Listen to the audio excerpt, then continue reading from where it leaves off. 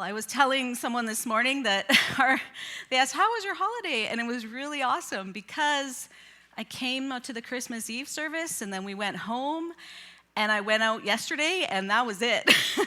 I was getting a little cabin fever on Thursday and then it started snowing. I was like, oh, I think I'll go get some milk today. And it snowed and it snowed and it snowed and we live in Lappy, so it snowed even more. And we have like 1.5 feet of snow.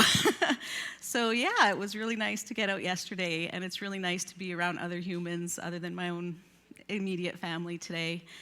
Thank you especially to those of you who are here today and carrying some grief or some heavy emotions. I was surprised. It's been a number of years now that we have lost dear friends or family members right before or right after Christmas. And you'd think you'd learn the lesson that that's really hard, but every year, for the past 5 years, I guess, I just go into this place of like, oh yeah, it comes back. It comes back to our bodies, it comes back to our minds, it comes back to our thoughts. And this year, I just really was like, I'm just gonna ride the rhythm. And so I rode the rhythm, and it was wonderful and hard.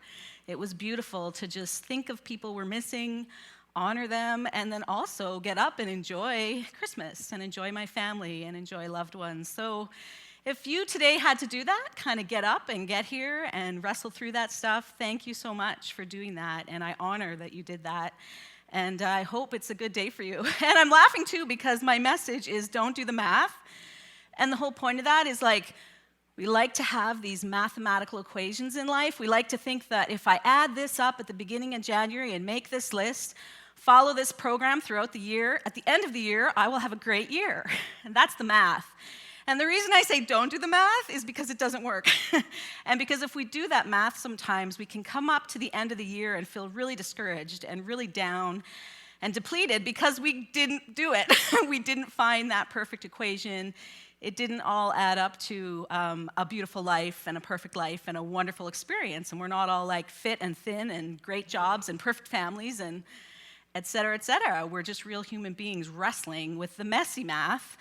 And today I'm going to call that, the gospel math or the Jesus math that we're going to get into in a bit. Thank you so much for the slides. I was like totally in my head going, speaking of math, having your slides all prepared, having awesome pro-presenter people, having wonderful worship people, and slides that people can read adds up to a great worship service. But that math didn't work today. But what does add up is just people coming with humble hearts and having a willingness to work with the struggles and people who can just ride it. And that's what we had today. So again, the math surprises us sometimes. And seeing that slide up there surprises me, and it's wonderful. So we'll get started after all that. That was kind of like, didn't even need to do my intro because you guys are probably get it. But we'll go to the second slide and just break down that idiom in our culture. Some of you might use it. I know my husband uses it. We might say, do the math, like kind of inferring that we can just figure it out. It all makes sense. We can be logical about this. Adding up facts and figures in order to come to that logical conclusion. The implicit assumption of this is that the answer will be obvious. That in fact, no examination of the facts is needed. And especially today, we're in this social media dependent world. Well, I guess not the whole world, but definitely our culture. We've developed this habit of kind of looking things up. I totally didn't think I'd be like this, but like I Google recipes now, and I feel a little guilty because I have like amazing recipe books. But I almost always look the recipe up online and use my iPad.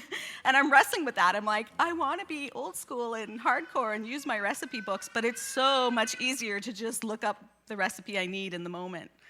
It can be hard for us to do that work of breaking things down and wrestling with the truth and figuring out what's real and what's not.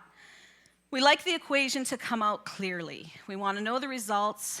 And why do we like this neat math? Because it helps us feel in control. It helps us feel like we know what's coming. It helps us feel and be kind of tricked into thinking we know what outcomes will be, and that makes us feel safe. There's not going to be any surprises or things that come out of left field and throw out the math. Photography blogger Nassim Mansurov commented on the connection between social media and control. He wrote, when looking at the cause of selfie popularity, one can understand the root cause after a quick analysis. He wrote a whole book on selfies. I didn't read it, but I thought it was fascinating he did that. It has to do with having control over the image. There's a sense of security when one can take their own picture instead of getting their picture taken by someone else. People generally know when they look their best, and after getting a tons of likes on social media, they even know which angle works for them better than others. On top of that, they have full control over the editing process, giving them the freedom to represent themselves in the most ideal way possible. And don't feel condemned if you do that. It's not my point, but my point is just to speak to that, that little blurb on selfies. I think we could apply to a lot of areas of our life. Is just like, I want to control how people see me. I want to control what people think of me. I believe this need to have the math add up and for the answers to be clear, logical, and controlled is just that need for security, that deep set, I think, God-given need to feel a sense of love, to feel a sense of groundedness, to feel wholeness, to just feel a connection of authenticity with our identity and how the world sees us. And it's just so hard to find that for each of us, and then I think also as a community and as a culture. Just as we want to control our selfies, we want to control other things. We want to control our place in the world. We want to control the way we feel. We want to control when we feel unsafe and how we can avoid that. We don't want to feel insecure or unsettled in any way. Okay, you can flip to slide 3. One way we like to try to take control is New Year's resolutions. And it's really bizarre, but this is like the 3rd year in a row I've done a New Year's message, which I just think it's just worked out that way, but I think it's kind of funny. So hopefully I don't repeat myself too much. But yeah, some of these images may resonate with you. And again, it's not about these are bad or wrong or no one should do any of this, but it's just that idea of the balance. And we're going to talk a little bit about how we can lean too far into some of the programs and products and consumerism of how we should handle this new year coming, and maybe reflect on what are some other things that might bring some deeper authenticity in our life. It can feel like we need a 5-step plan for every area of our lives, and undoubtedly there would be someone trying to sell us something to help us do that 5-step plan, or the 5-step plan itself. And I'm not, again, trying to condemn or critique or shame anyone, because this is stuff, often with my messages, I'm just figuring it out myself, is like, what is this thing I'm trying to do? What am I trying to figure out here? What is the unhealthy side of trying to make my year look a certain way? And what is the healthy side of freedom and authenticity? How can I loosen up my desire for control and still have things come out pretty nice and neat, but maybe not as linearly as I might want them to be, not quite as packaged and systematized. Alexandra Schwartz, the next slide, of The New Yorker, she wrote a piece in December 2017, and it questioned this obsession. It's like 8 pages long, and it was all awesome, but I'm sorry this is such a long quote, but it was just really good.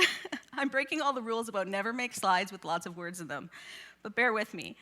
In our current era of nonstop technological innovation, fuzzy wishful thinking has yielded to the hard doctrine of personal optimization. Self-help gurus need not be charlatans peddling snake oil.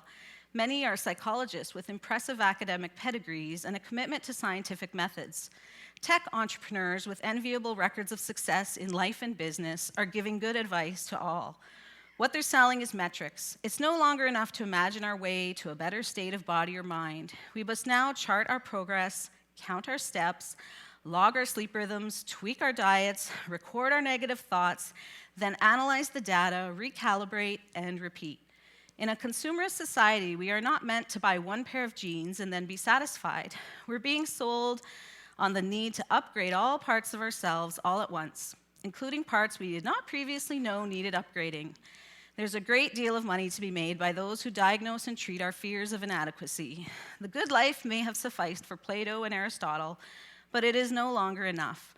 We're under pressure to show that we know how to lead the perfect life.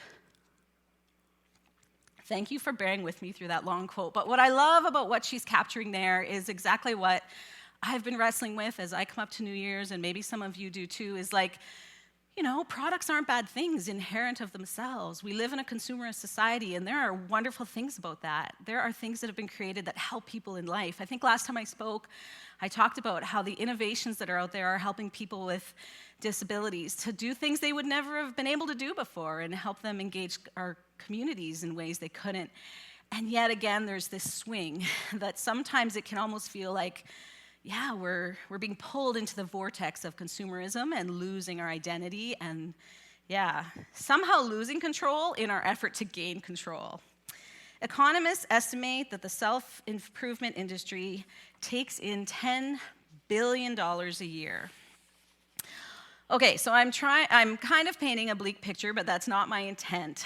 But ultimately, if our ideal optimized self that I want others to see isn't just a fad or a preference, but an economic necessity, if everything around me in my culture is driving me to purchase something to feel better, how can we choose to go against that flow? How can we choose to do otherwise? And this is where the math comes in. We're kind of, being fed this message that one effective program, some kind of product, some kind of item, plus my problem, my deficiency, whatever it is that I struggle with, put those two together will equal a perfect me, a better life, a better me. And that's the math that doesn't work, and that's the math that I'm going to break down a little bit today. British journalist Will Storr, the author, that's the guy who wrote that selfie book, or maybe it's another selfie book, responded to this obsession with hope, and that's what I hope to do today.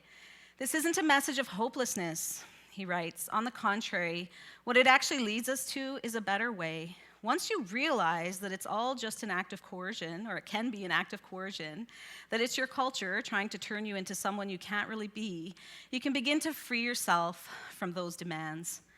I love how he brings in that word freedom.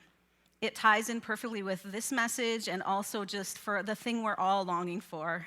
We are longing for control, but I think, the yin and yang of that is we're also longing for freedom. In our effort to balance the scales of our year as we move into the new year, like in 2 days, with that control and clarity, I just want to look at what brings true freedom.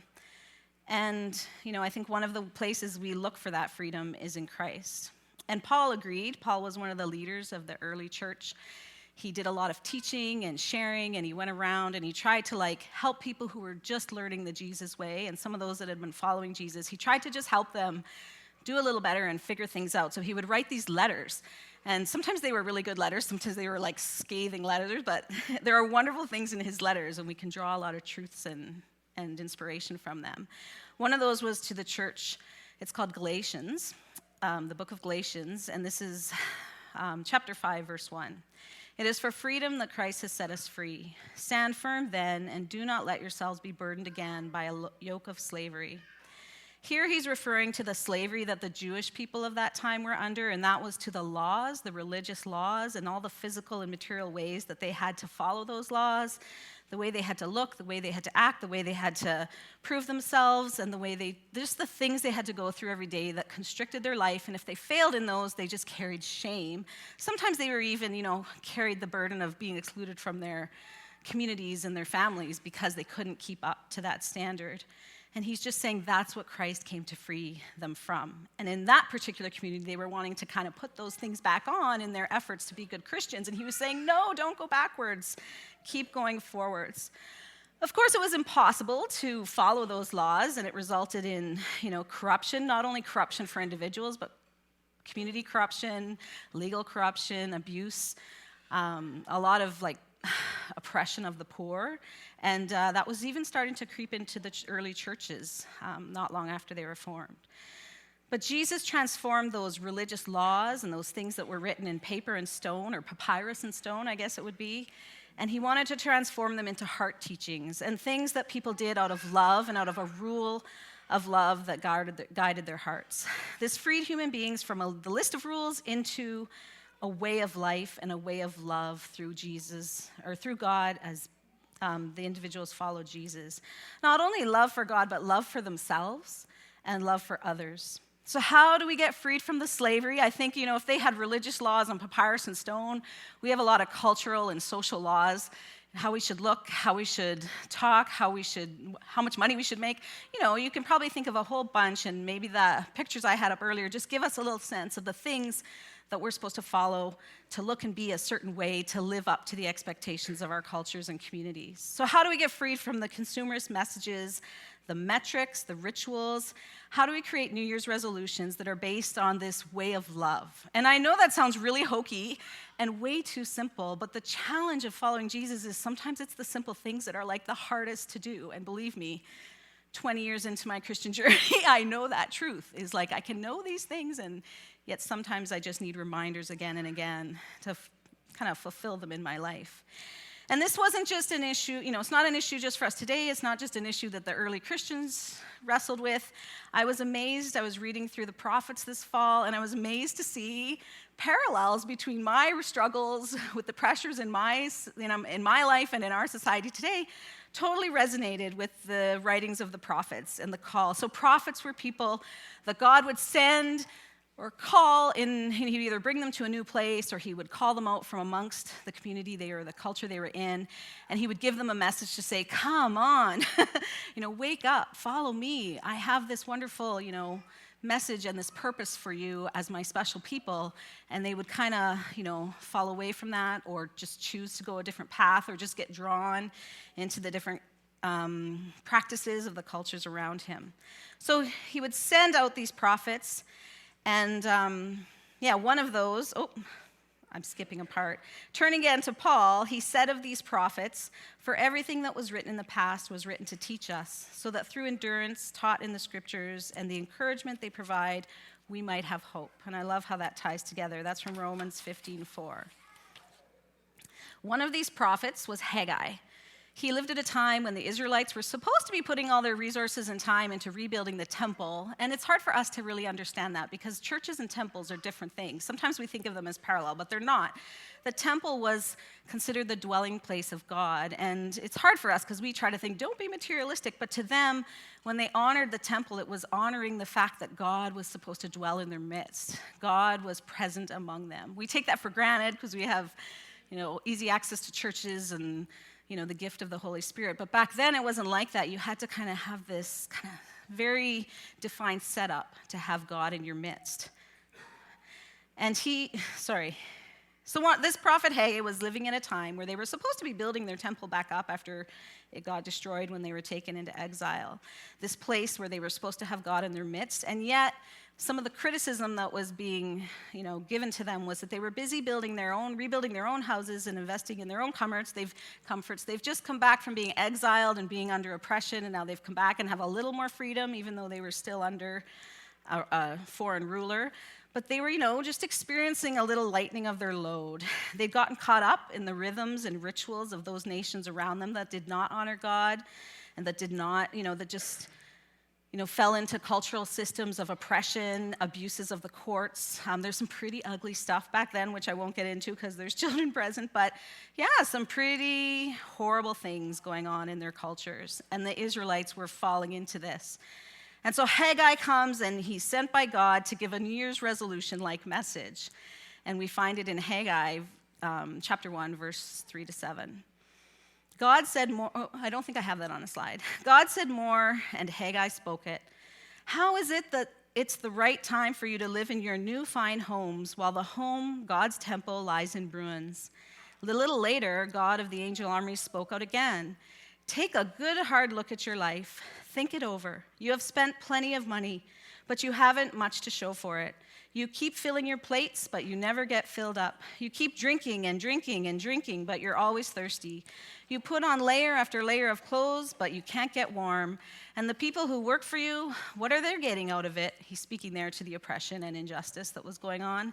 Not much. A leaky, rusty bucket. That's what. That's why God of the angel armies said, take a good hard look at your life. Think it over. And I'm just like, oh my gosh, he could be speaking to me on January 30th in 2018, right? No, December 30th, 2018. You can go to slide 5 now. Haggai, like the other prophets, was sent to call the people to return to the work of fulfilling their original purpose. The purpose, as Keith spoke a lot about this in the summer, the purpose given at the time of creation, there was this intention for humanity.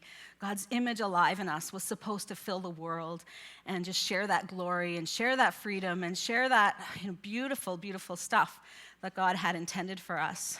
And the Israelites were supposed to be a little image of that wandering around the earth, but they were struggling. So these prophets get coming. Amos, he said, we had Haggai first. A thing that he says again and again in his book is, consider your ways. Amos said, I, God, will test my people with a plumb line. And does anyone know what a plumb line is? Any builders? Jacob, you're in engineering. What's a plumb line? Yeah, it's keeping things on the straight and narrow. And God used that line for how he was going to measure their lives. Zechariah said he would measure Jerusalem to see what its width and what was its length. And that was just, again, taking a measure, seeing what was going on. And he uses this imagery of building, but it's the same idea of you wouldn't build a house crooked. Although we lived in a crooked house years ago, and it was really interesting. We had like walls that would open up and water would come through, and believe me, you don't want to build a crooked house. Isaiah, come all you who are thirsty, come to the waters. Again, this idea of come by the waters, consider. Just this idea of drawing to nature, which is something we do when we want to reflect. Jeremiah, stand at the crossroads and look and ask for the ancient paths. Again, speaking back to there is wisdom in the ancients.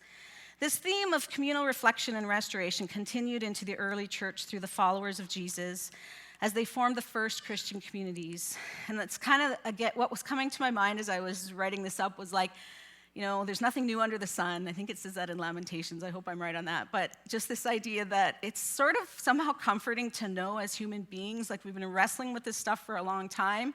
It's also kind of hard to hear that. But what it reminds me of is how gracious God is, that he keeps sending these ways. He keeps making this effort to show us that he desires for us to reflect. He's gracious for us. He wants us to come back to him. He wants us to sort of figure out how to be real and authentic in this world in the midst of all the stuff that's going on and all the pieces of injustice and hardship and ugliness in the world that want to pull us away. I love that thread that he's there with us in it and just always pulling us back. Paul was very concerned with unity among Christians and for the just and equal treatment within church communities. I love Paul. I think I find it hard to read him sometimes because he can be so harsh and not have the greatest opinion of women, but I also love how he's kind of fiery because I tend to be a little like that, and sometimes I just have to be like, calm down. But yet when I read his stuff, I'm like, yes, Paul, make justice happen. As a recurring theme in his letters, he asked the churches and individual Christians to check their thoughts, their motives, and their behaviors in light of the life and teachings of Jesus. You can go to the next slide. In Galatians 6, 3-5, these are from those letters I was telling you he wrote to different Christians trying to make a go of it in the early church. For if anyone thinks he is something when he is nothing, he deceives himself. But let each one test his own work, and then his reason to boast will be in himself alone and not in his neighbor. For each will have to bear his own load. And he wrote this at a time when within the church there were starting to be these cliques and statuses. Some people were had Roman citizenship, and some others were had already been Jews before they came into the church. So they felt like they had a little more together than these other people that weren't following or that weren't Jewish and were kind of coming in as they would call them Gentiles, but they just didn't quite have as much status. And Paul saw this happening where people were starting to measure each other. See, they're just like us today. It's really hilarious. And they were starting to measure each other, and he's like, whoa, no. Measure. And one thing we say in our house a lot, which we got from the Chronicles of Narnia, was stick to your own story. It's when, I think it's Susan's looking in the mirror, and she's all worried about her sister, and her sister's so pretty and has a boyfriend, and blah, blah, blah. Maybe that's from the movie, but it's in the book too. We also have the audiobook, so it gets confusing. But there's this idea of no, stick to your own story. I think the lion's face comes up, and it's woof, stop focusing on someone else's life. And that's kind of basically the same thing Paul's doing here. The next one, Romans 12:3. For by the grace given to me, I say to everyone among you, not to think of himself more highly than he ought to think, but to think with sober judgment, each according to the measure of faith God has assigned. And finally, 1 Corinthians 11:28. Let a person examine himself then and so eat of the bread and drink of the cup. And what's really interesting, that might seem like a weird one to stick in there, But the reason he said this was because there was issues of prejudice and discrimination that had crept into the meal times, just in the common meals as well as into the communion meal that the early church was celebrating. And he's reminding them that they needed to stop it, that the whole point of communion was not to have like some people at the back of the line, and I think Keith had brought this up in a message recently, of just how corruption and like that judginess and the wealthier people were getting the better parts of the meal, and then the poor people were at the back, and there was people like sick and dying who weren't being cared for properly. And Paul, again, he's like, hey, think of who gave us the bread and the cup. It was Jesus, and he didn't live like that, and he didn't teach us to be that way. So why are we letting this corruption and this ugliness sneak into the church? It sounds like the earliest Christians had to make a whole lot of New Year's resolutions. Of course, Jesus himself was constantly calling people to examine their lives and behaviors, but you know what fascinates me about Jesus? And I forget what the statistics were. Not statistics, but there's a number, and if any of you know it, you can yell it out, but it's like hundreds and hundreds different. He asked like 300 and some questions in his 3 years on earth that were recorded in his travels and interactions, you read in the scriptures. And the only time he gave like a direct answer was like 3 times. Like when someone said, what about this? And he said, this is the answer. The rest of the time he asked a ton of questions. And again, just showing that Jesus was interested in getting people to reflect, not just to come and get all the answers from him, but to like wrestle and do that hard work we were talking about earlier of thinking it through and looking at their behaviors and blah, blah, blah. It's like wearisome, but I love that idea that, the person we're supposed to be modeling, had that same grace that we see throughout the thread of the scriptures to just, come back and consider. Jesus could be a prophet, and he certainly did at times, like rebuke the people who were corrupt. He was a wonderful teacher and preacher. He could stand on a mountainside and give a huge message. But the thing he did most was just walk alongside people and live with them and show the way. And again, as I said before, the way of love, and that way that life and love connect. He lived his resolutions every day of the year, and this was his way of showing us how to follow them. You can go to the next slide, which I can't. Oh, yeah. I didn't have any intro to that, but yeah, these are some of Jesus' words, which I'll read to you. At that time, Jesus said, I praise you, Father, Lord of heaven and earth, because you have hidden these things from the wise and learned and revealed them to little children. Yes, Father, for this was what you were pleased to do. All things have been committed to me by my Father. No one knows the Son except the Father, and no one knows the Father except the Son, and those to whom the Son chooses to reveal them. Come to me, all you who are weary and burdened.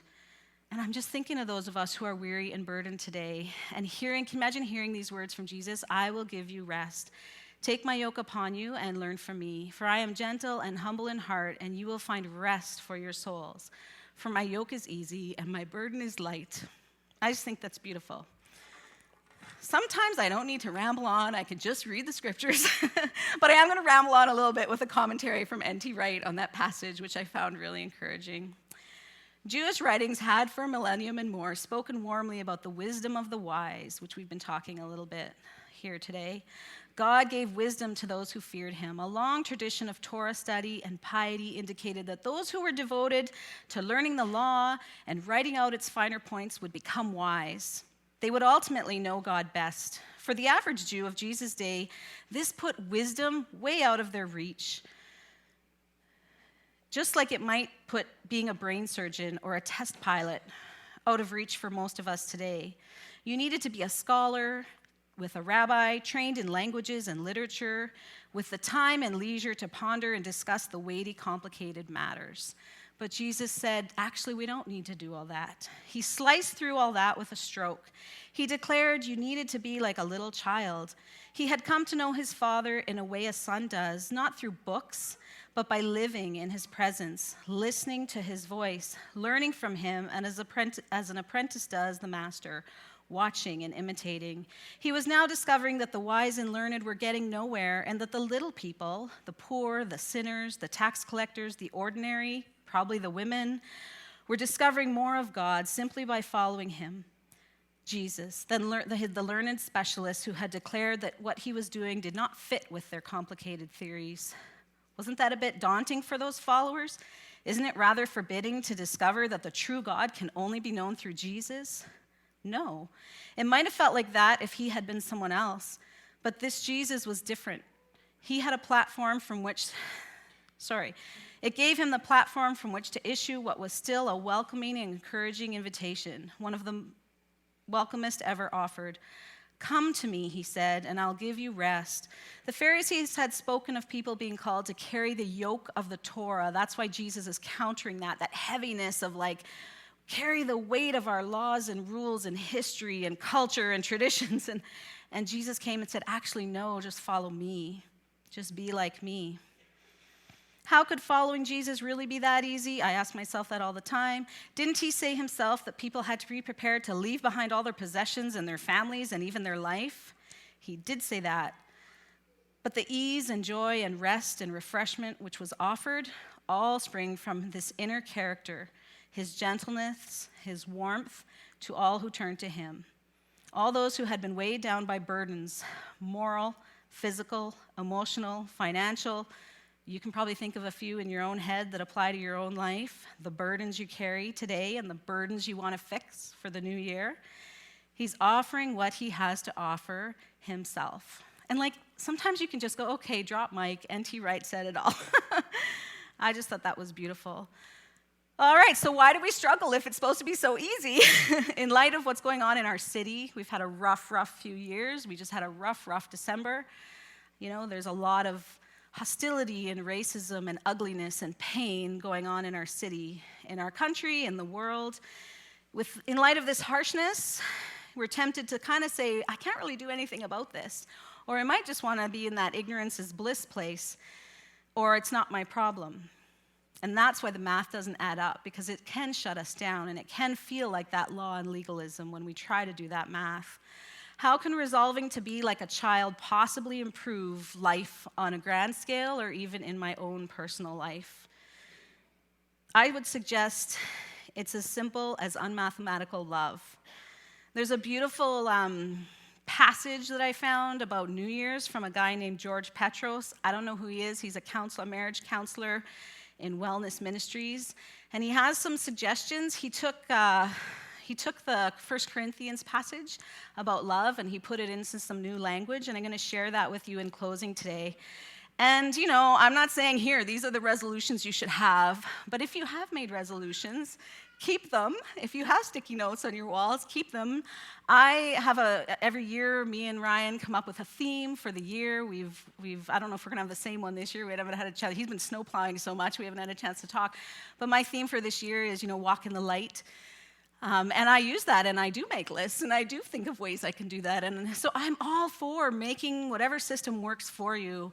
I might not be so much for going into debt to do that. And I think that's the balance I'm trying to strike. Find what works for you. Find it in light of the message of God. Find it in light of the scriptures. Find it in light of those around you that care about you and, might have wise counsel. Find it in whatever way you need to. Maybe you can meet with Keith when he comes back, but just find a way to kind of set yourself up for a great year, but not in a way that condemns you if there is a disaster or a health issue or a loss that hits a month from now or 3 months from now or next fall. Think on that. I'm thinking on it. I guess I'm just sharing what I'm doing. As we step into, these are the words of George Petros. Anyway, sorry, I always get rambling. As we step into the new year, let's reflect on what Christ himself offered as a new resolution for life in general. In John 13:34-35, he says, I give you a new commandment, that you love one another as I have loved you. By this, everyone will know that you are my disciples. As we read in the scriptures, Jesus' resolution for us to love in a certain way is his way. And as we scroll through our lists and resolutions, perhaps we might consider how this love will look. How we love. You can put the last slide up now. This is from 1 Corinthians 13:34-35. Live generously. Love is great-hearted and unselfish. Seek emotional wellness. Love is not emotionally reactive. Practice humility. Love does not seek to draw attention to itself, and it does not accuse or compare. Find ways to serve others. Love does not seek to serve itself at the expense of others. Live out justice and reconciliation. Love does not take pleasure in other people's suffering, but rejoices when the truth is revealed and meaningful life is restored. Accept yourself and others. Love always bears reality as it is, sadly and wonderfully, extending mercy to all people in every situation. Encourage, give courage. And whenever I think of the word encourage, I remember that picture of the people coming. Moses had to keep his arms up in one of the stories from the ancient writings, and he was getting weary, but if his arms went down, the battle would not be in their favor. So his friends, companions came and lifted his arms, and whenever I see the word encourage, I always think give courage, lift one another's arms up, which I also think of as a way of carrying the burdens. With one another and for one another at times. Okay, where was I? Give courage to yourself and others.